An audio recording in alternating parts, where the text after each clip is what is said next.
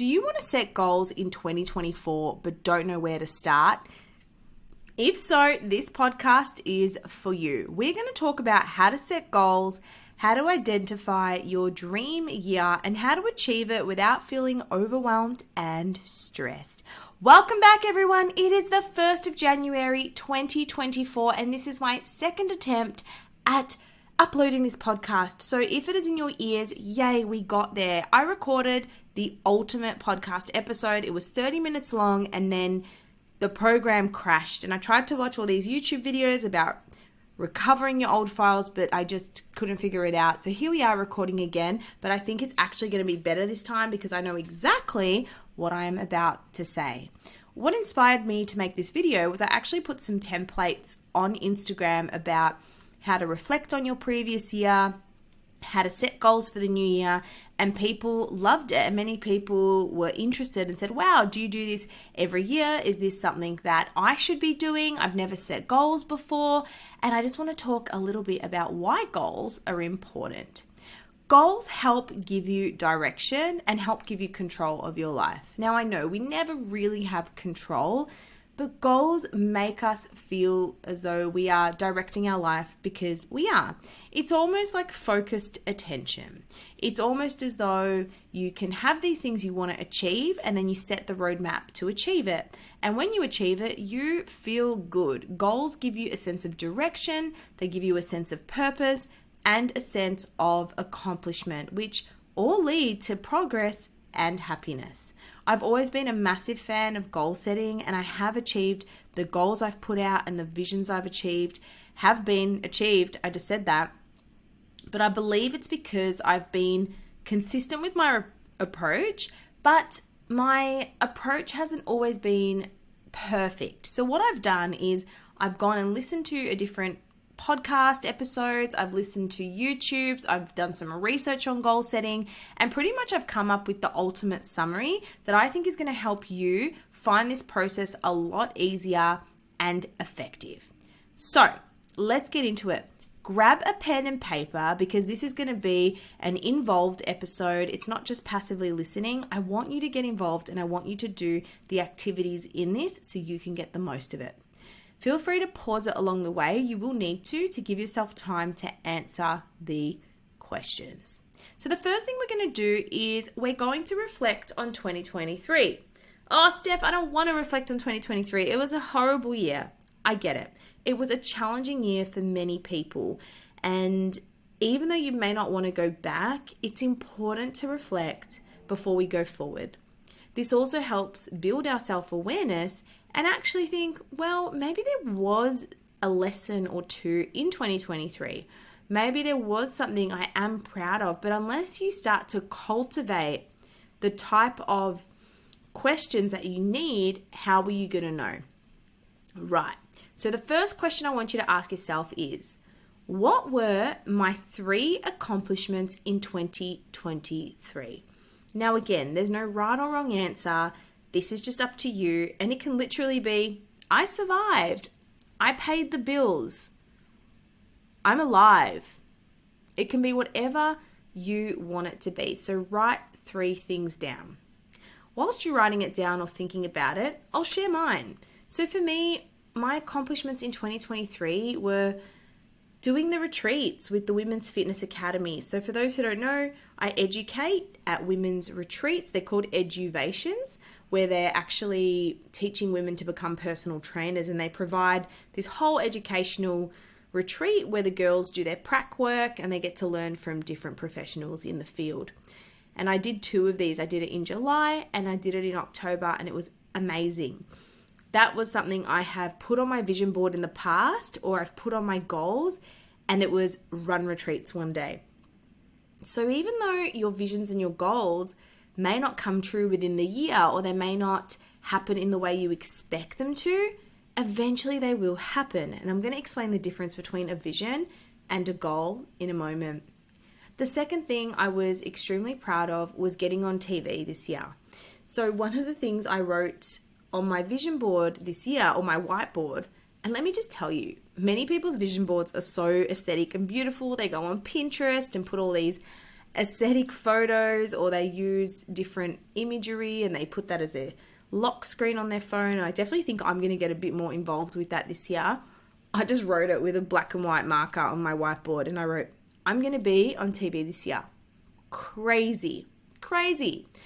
And I was on in different capacities. So this is the other thing. You want to be super specific if you can. I just said, I'll be on TV. And I actually got on Sky News and Daily Mail because of a TikTok I uploaded on another account about a business class hack. And I don't know why that made the news, but I was on the news. It wasn't for my psychology or my knowledge or ADHD or anything like that, but it still manifested. I also got interviewed for a segment on Channel 31, which hasn't been released yet, but I'll let you know on my Instagram when it is. And then I also was on the Face Your Fears show, which is a Snapchat TV show for Channel 4 in the UK. The link is also in my profile if you want to watch it. And the other thing I'm really proud I accomplished this year was just figuring out my health. My health goals this year were to address bloating, fatigue, and adrenal health. And I had seen kinesiologists in the past, I'd seen naturopaths, but I just wanted my health to be more than eating healthy and getting outside. I wanted to take it another level. So I went and got really extensive blood work, and I was shocked by the results. I was shocked to know I was low in vitamin A, B, C, D, E, F, G, all the vitamins. And it just goes to show that health is so much more than what you eat and how much you move. So that's one thing annoying about the fitness industry, is that all you gotta do is eat less and move more. No. Certain people have, especially if you've got an eating disorder history, it is very likely that you've got adrenals, it's likely you've got fatigue, it's likely you've got gut issues. So you really want to heal yourself from the inside out with a whole integrative approach once you have healed your relationship with food. So first comes the psychology, then later the biology can come. So those were 3 things that I'm really proud of this year. So I want you to think of yours and write them down. Question number 2. What are 3 areas of your life you want to improve in 2024? So this could be anything. This could be around business. It could be around finance. It could be around your health. So if you were to think of 3 areas that you want to improve, could be a relationship, could be your friendships, it could be your mental health. What would it be? And why? If you want to take that a step further, what would it be and why? So for me, I really want to improve my organization and structure with social media. You're probably thinking, but you are consistent. I am consistent. However, I do it often in a last minute haste, especially with Instagram. I am like, what am I going to post today? Oh, this reel looks good. This is a trending sound. I don't actually dedicate much time to the research, to the ideas, to the creative part. I'm very good at producing content. I'm very good at recording stuff. I'm very good at just, this will be good to film. But in terms of planning and preparing and researching, that's something I want to improve. I was speaking to my friend yesterday who's big on social media, and she was like, yeah, content calendar. I was like, say what? So maybe I'll print a January, a month calendar out and start to plan and see if I can do it for a month. See if I can do it for a week. Because there are times where I've been organized with content and it feels really good. I am better with TikTok though. The second area of my life I want to improve is definitely in business and finances. I'm someone who just works, but doesn't really know my numbers. I don't really know the ingoing, the outgoings, that sort of thing. So I really just want to get on top of that. I want to figure out what the numbers are, and especially business. I think the area of my business life, not so much want to improve. I'm happy with how that's going, but enhance. Just take it to that next level. Last year really taught me the direction I want to take. And so this year I want to focus on improving that vision and actually seeing it all the way through. And then I guess the other area of my life I want to improve is just continuing with my health. I think now that I've got my gut, adrenals, fatigue, I've, invested so much in supplements, into sleeping more, into exercising less, into delaying caffeine. I feel that I'm in a much better place. Eating more was a big one, eating more carbohydrates to get that energy. I feel now I've got energy. I am ready to go more into a performative health goal. So following a structured program. I sort of go in and out of following structured programs, but they really work. So what that means is having a program, going in, following the exercises, and doing that over time, because that's what really helps you build muscle and helps you perform, whether it's strength. That's what I want to do. Now, the next question is number 3. I love this question. I really, really love it. In what moments in 2023 did you feel the most alive, happy, free, and energetic? Love it. For me, we all know what that is. It was in Bali. It was in Bali when I was out sober during the day dancing. Just moving my body with my feet in the sand. I felt so free. I felt so energetic. I wasn't thinking about anything else. It just felt good to me. Another time was when I was in Noosa and I was running down. Is it called Hell's Angels? No, it's called Hell's Gate. And it's like this really beautiful walk. And I was just running down the hill and I'm like, meh, this feels amazing. If I fall, I fall, but I'm just free. Everybody's free. So, what were your moments where you felt the most alive, happy, energetic, and free? And you may be thinking, oh, well, I didn't, Were there moments? Were there moments you felt joy? Were there moments you felt happiness? And if you can't think of a moment from 2023, and I want you to actually really try think, because the brain is programmed to just go straight to the negative, when did you feel that way? When's the last time you felt this way? Maybe it was 2022, but what were you doing? Where were you? Why did you feel this way? Question number 4. Did you choose a word for 2023? And did your year reflect that word? I can't remember if I chose a word, but I think if I did, it would have been energy, because I really wanted to have more energy. And I feel like, yes, my year reflected more addressing my energy. And when I started to eat more, do less, that really did sort of facilitate and come to fruition. But on that note, if you were to have a word this year or a theme, I love having a theme for your year or having a word for your year, what would it be? When I went to my New Year's Eve last night, which was amazing, it was so chill. It was my ideal New Year's Eve. We just went to a friend's house. We had kombucha, we played board games, and I was in bed by 11, but I did wake up for the fireworks. Living in Gold Coast is awesome because at 11, you're like, Happy New Year to all your Melbourne friends, but little do they know, it's only 11 o'clock where you are.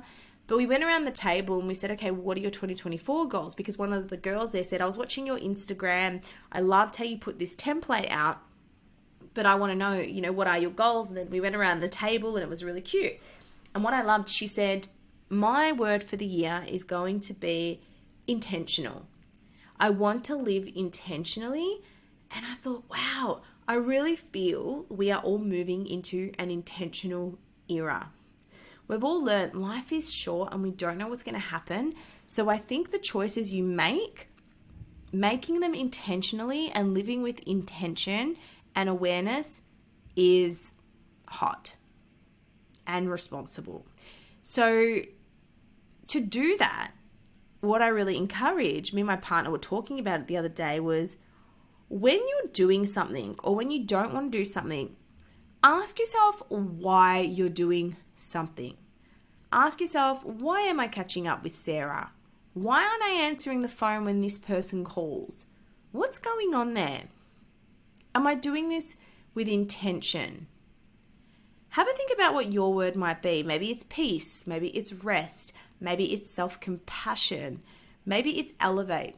I think for me, the word this year for me is going to be elevate. I really want to step out of my comfort zone. I really want to do things that make me stressed in a good way, because I think I almost became anti-stressed. I think growing up when I had a business and when I was studying and all that, it was just so intense, and I almost became anti that, where I didn't want to do anything hard. Even in the gym, I became anti doing anything that felt hard or was sore in my body. But I think I'm ready to lean back into that good stress by doing something I need to figure out how to do. And I think also because I'm my own, it's tricky. When I used to work at a company or in a business, you got a team, you've got different people, but when you're on your own, it's a little bit, no one's there to really push you. So yeah, that's my word. What is your word? Number 5, what aspects of your goals, habits, or life do you want to bring from 2023 to 2024? This is a good question. So if you think about the things that did work for you or the things you liked, did you have really good habits around fitness? Did you have really good habits around reading? Did you have really good habits around boundaries? What worked for you in 2023 that you want to bring in 2024? So with me, it's always consistency with social media, my balance with health, supplements, and training. I feel I didn't go too overboard. I didn't go too underboard. I felt really compassionate to myself. The other thing I love is professional development and coaching. I invest a lot into coaching. And I do this because I want to be the best for the people who choose to work with me or who choose to do my programs or who choose to read my book. And that's something I always want to continue. I love learning. I love education. It's a big passion of mine, but I want to do it in a bit of a different capacity this year. I asked for books for Christmas when my sister wanted to get me something. I said, do you know what? Books, because I want to read more. I want to learn more and bring that into my life. And the other thing from 2023, I want to bring into 2024 is traveling for work and doing a hybrid work travel type of break and having overseas opportunities. That was awesome. So they're mine. What about you? What goals, habits, or part of your life do you want to bring from 2023 into 2024? Right. Now that you've answered those questions, I'm going to talk about a vision board. So a vision board is essentially a board you make that tells us where we want to go. It's made up of pictures and it's visual. So it's how you want your life to look, whereas the goals are the vehicles that get you there. So think about this. We're going to set time aside. I want you to set half an hour, whatever you can, 15 minutes to have a yearly vision meeting. We want to be intentional and we want to be strategic. And I want you to think, it's December and you're listening to this podcast 1 year from now. What do you want to tell me happened in this year? What does it look like for you? What does your environment look like? Do you have a partner? Are you single? Where are you living? Who are you living with? Do you have a really nice mug? Do you have an aesthetic table? I don't know. What does it look like? Now, vision boards work and it's freaky. It basically opens the parameters of your brain. And when your brain sees things that you want or desire, it doesn't know the difference between what's real and what's imagined. So your brain has no choice but to attract that to you. But the problem is people focus on what they don't want. Oh, I don't want to break up. I don't want to attract narcissistic partners. I don't want to work, So if you're someone who focuses on what you don't want, I want you to flip that switch and say, what do I want? If I could put my negative self-beliefs aside, if I could just put my imposter syndrome, torp, whatever, put it aside, what would I really want my year to look like? Now, there's 2 ways you can do a vision board. You can print pictures and physically put it on a board where you see it often. I like to pop it on a whiteboard that's in my office that I can see. And I saw this girl do a Pinterest board, but do a vertical vision board. So Pinterest is an app. It's confusing and I don't know how to use it. But basically you find pictures that you like and you pin it and then it forms a bit of a collage or a board. And then you can screenshot it, or you can make your vision board vertical and then screenshot it and save it as your phone background. So your brain is always being subconsciously programmed to take in this data. And you don't realize how things are happening for you. I remember, and I'm trying to find a picture of it. I always take pictures of my whiteboards as well. I had a picture of a girl, I think this was 2018, and she was on a laptop and I wrote working from home. This was 2018. I had a picture of a couple and I said boyfriend by whatever, 2020, whatever it was. All those things have happened. I used to work from home in a clinical manager role, and then I built an online business. And it's crazy. I met my partner. He was everything I wrote down. Really, really strange. So put pictures up and don't hold back. Don't think, oh, I'm too scared to dream big. Don't worry about it. Dream big. The other thing you can do is just have a huge brain dump of goals. So don't even worry about the year. Just think, from now to the day I die, what do I want? What do I want to happen? Do I want to be married? Do I want to have 3 kids? Do I want to go to Vegas? Do I want to play tennis? Do I want to do bungee jumping? Write a brain dump of all your dreams and wishes and don't hold back. Do you want to go to space? Do you want to be an astronaut? What do you want? Write it down, and this is going to be your dream dump. So just go wild, and then when you've done the dream dump, come back to do the 1-year plan. And now we're going to talk about how to do it. The key is not to overwhelm yourself and not to put too many goals down.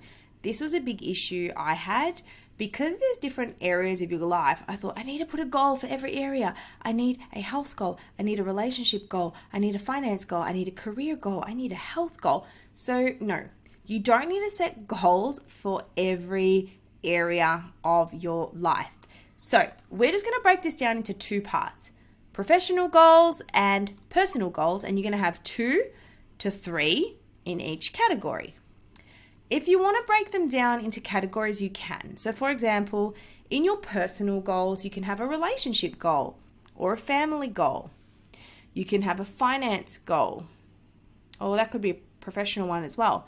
You can have a mental health goal. Maybe it's by the end of this year, I want to manage my depression. I want depression to not ruin my life. I want to improve my relationship with food. I don't want to be bulimic anymore. I don't want to be binge eating anymore. Right? It can be a home or a living space goal. Professional, it can be a goal around getting a promotion, changing your job, etc. And as the years go on, you can add, you can take away goals. Don't worry. You can ditch goals that don't align with your vision. Maybe you set this huge, amazing travel goal and then you got pregnant. So if it doesn't work, then that's okay. You can ditch them. Now, once you have done those questions above and you've written your goals down, the next thing we're going to do is we're going to look at your calendar. So you're going to print a yearly calendar or have it on your computer. So January, February, March, all the months. I love this idea. And you're going to basically jot down major life events in the year to see how full it is. So you're going to block out weddings. You got to block out certain vacations or, work things that are important that you have to attend, because we're obviously not going to put our goals in those same blocks. And this also helps you to see your year from afar without thinking, oh my gosh, we've got that wedding in 2 weeks and we haven't booked flights, because that's expensive and stressful. So do that. Get your calendar out, jot down everything where you can see it often. Then, once we've got our goals and our plans, we're going to schedule your goals around the calendar. So for example, if it's a mental health goal, by December, the end of the year, I don't want to be binge eating anymore. Okay. When are you going to start this goal? How am I going to start this goal? Now, this brings us into figuring out the gap, right? So the gap is where you are now and then where the ideal you is. So if at the end of the year, you don't want to be a binge eater anymore, but right now you're binge eating every day, we need to bridge the gap. Now, bridging a gap can be made up of, you need the skills. I need to learn the skills to be able to do this, right? It could be money, it could be time, it could be learning something. So what you then need to do is have a focus goal every month. So a focus goal every month, it doesn't mean that every month you have a new focus. It just means that we're going to focus on one thing at a time. So for example, in my Food Freedom program, which is a 12-week program, we have 4 pillars we work on essentially. So it's almost like 3 weeks is spent really going on one pillar and then another one and then another one. We have different focus goals depending on what we're working on. So your January focus might be finding a therapist. If your depression is something you want to work on, it could be finding a health practitioner. It could be journaling every day. Your January focus could be writing your goals down. Depends on what it is for you. And don't compare your goals to other people's. Everyone is different, right? So it doesn't matter what your goal is. It doesn't matter how big it is. It doesn't matter how small it is. It's what is relevant to you and your season of life and where you are at. I remember setting a goal last year, a personal goal of I want to improve my personal style. So I got a Pinterest board and I started to put all these images of outfits that I liked, and slowly I got an idea and I taught my brain what clothes to start to look for and embrace. Now, this is the difference between people who get lost and people who are consistent. I don't want you to see your year as a year. We're going to see our year as 90-day sprints. So what that means is we're going to look at the year as quarters. So we've got quarter 1, quarter 2, quarter 3, quarter 4, kind of like a football game. So quarter 1 is January, February, March. Quarter 2 is the next 3 months, etc.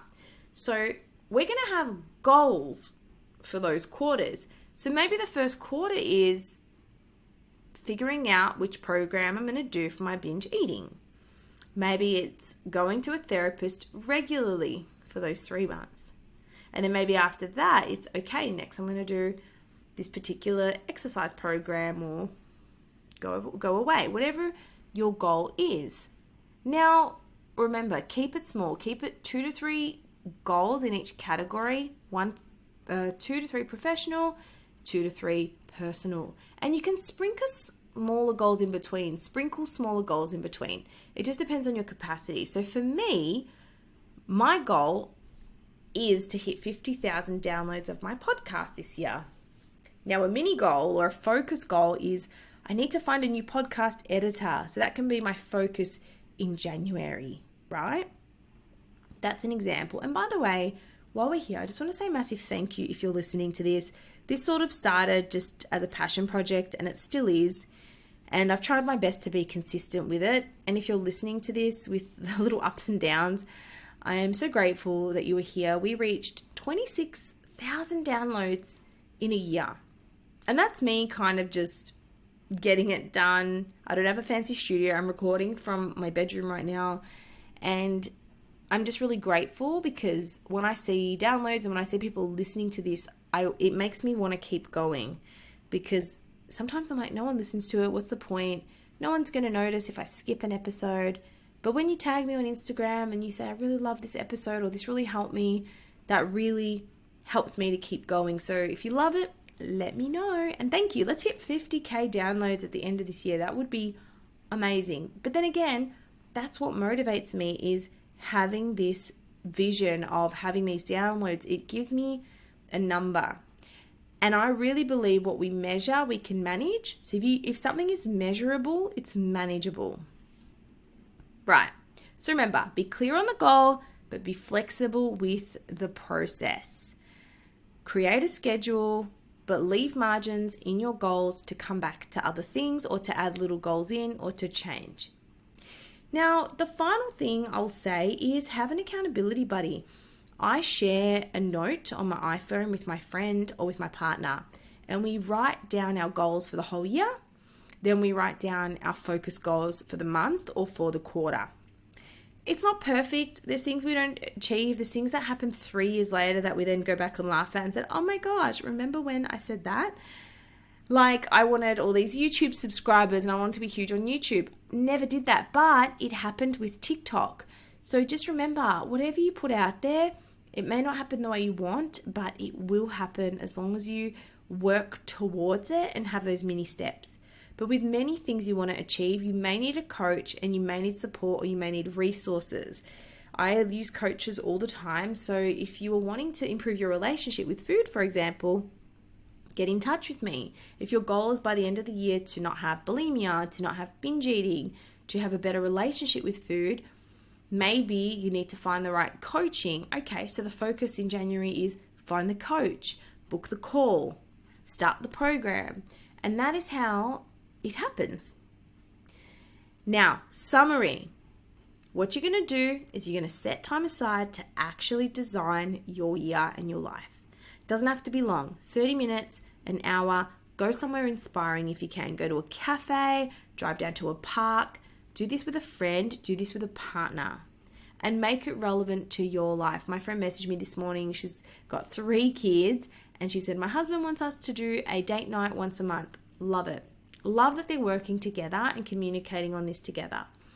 Secondly, figure out your professional goals, your personal goals, write them down. If you like, you can do a dream dump list and just put everything down. Then what you're going to do is you're going to print a calendar, block out anything you've got coming up, and then you can set some goals, because a goal without a deadline is just a dream.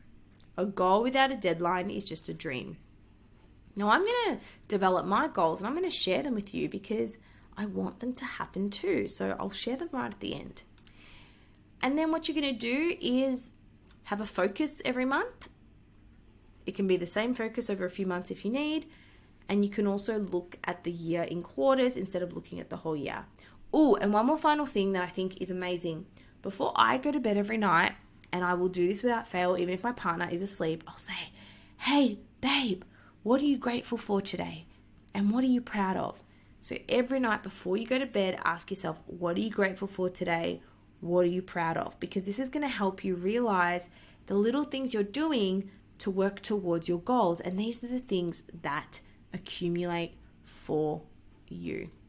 As always, if you found this useful, please let me know. Subscribe, like, share, let me know on Instagram. I'm super grateful when you do let me know, and it gives me good feedback. But my goals, is I definitely want to be more organized with my social media. I also want to be more organized in my house with clutter. I tend to belong things or keep belongings everywhere that I don't need to. So I just want to slowly start to declutter. And that's my personal goals. Also communication. I want to learn more about communication skills, especially with the people I love who are closest to me. There's always room to improve on communication and improve your relationships. And then my business goals, I really want to work on scaling Food Freedom. It's my amazing program that I absolutely love, and Food Freedom in Bali. Yep, there we go. I said it. I want to run my own type of retreat. Just to say thank you to the women who have done my program. I want to have something to offer, something amazing, because I've done a lot of retreats, and I'll probably go into this in a different episode. But if you're keen to know more about this, let me know. It is going to be a type of experience that's going to have food, friendship, connection, health, fitness, yoga, breath work, but it's not going to be super intense. It's not going to be like, oh my God, you have to exercise 5 times a day. It's not going to be all like woo-woo and, oh my gosh, we have to go scream in a forest and do all this weird stuff. That's not going to be like that. It's going to be a really good balance of the things that are important and the things that matter. So if you love this idea, let me know. It's the first time I've said it out loud, and this is the first step, is stepping out of your comfort zone. And for many of you, stepping out of your comfort zone is going to be just stating what my goals are. So thank you so much for listening to this. If you stuck with me to the end, you're amazing. Thank you. I love you, and I'm so grateful for all the support. I will see you in the next episode.